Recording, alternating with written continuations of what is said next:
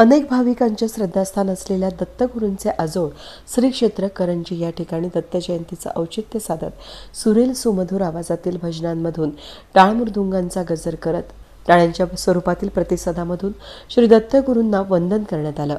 दत्त जयंतीचं औचित्य साधत करंजीतील श्री दत्त मंदिर परिसरामध्ये आयोजित कार्यक्रमाचं चतुर्भुज चौधरी प्रतिष्ठान आणि महिला मंडळानं आयोजित केलेल्या या कार्यक्रमात 21 भजनी मंडळांनी सहभागी होऊन भक्तिभावानं श्री दत्तगुरूंची आराधना केली।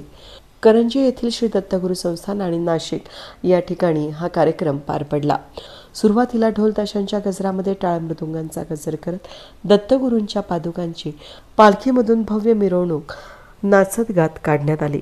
21 भजनी मंडळातील 400हून अधिक महिला भाविकांनी भजनी गायकांनी यावेळी श्री दत्तगुरूंचे विविध प्रकारची भजनं सादर करून उपस्थितांना मंत्रमुग्ध केलं। प्रत्येक सादरीकरणाला टाळ्यांच्या स्वरूपामध्ये प्रतिसाद मिळत गेला। यातून मंदिर परिसरातील वातावरण भक्तिमय झालं होतं।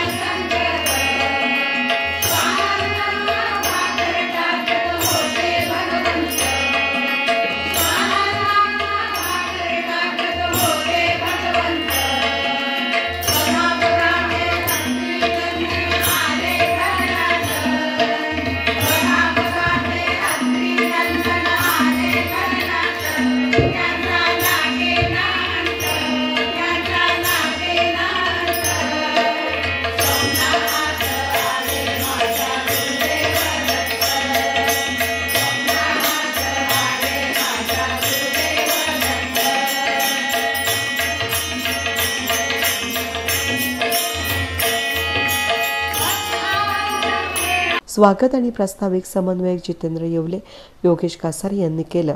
कार्यक्रमाला आयोजनासाठी भूमिका त्यांनी स्पष्ट केली।